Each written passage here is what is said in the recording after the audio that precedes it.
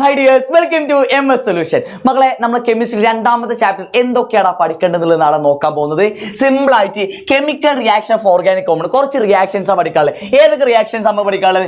ഒന്നാമത്തെ substitution reaction അഥവാ ആദേശ രാസപ്രവർത്തനം. രണ്ടാമത്തത് അഡിഷൻ റിയാക്ഷൻ. എന്താണ് addition reaction? Malayalam addition reaction തന്നെ. ചോദ്യം ചോദിക്കൽ ഡബിൾ ബോണ്ടിലും ചോദിക്കും, ട്രിപ്പിൾ ബോണ്ടിലും ചോദിക്കും, മനസ്സിലാക്കി വെച്ചാൽ മതി. മൂന്നാമത്തെ എന്താണ്? പോളിമറൈസേഷൻ.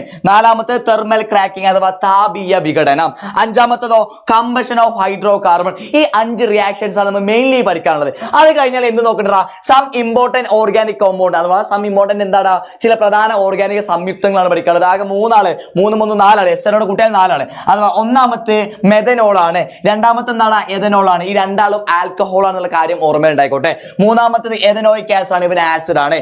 ഈ ആൽക്കഹോളും ആസിഡും കൂടി ചേർന്ന് നമ്മൾ നാലാമത്തെ ആൾ കിട്ടും. ആരാടാ? എസ്റ്റേഴ്സ് ആണ്. എസ്റ്റർ. അപ്പൊ എസ്റ്റർ കൂടി ചേർക്കുന്ന ആർക്കേടാ? ആൽക്കഹോളും ആസിഡും രണ്ടാളും കൂടി ചേർന്നാൽ എസ്റ്റർ. എസ്റ്റർ നല്ല ഫ്രാഗ്രൻസ് ആണെന്നുള്ള കാര്യം ഓർമ്മയുണ്ടായിക്കോട്ടെ. അത് കഴിഞ്ഞ് നമുക്ക് പഠിക്കാനുള്ള ഭാഗം ഏതാണ്?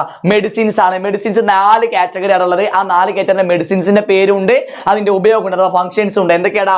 Analgesics, antipyretic, antiseptic, antibiotic. ഈ 4 കാറ്റഗറിയിൽ നിന്നുള്ള മെഡിസിൻസ് ആണ് പഠിക്കാനുള്ളത്. നോക്കാതെ പോവരുത്. സെറ്റ് ആണല്ലോ?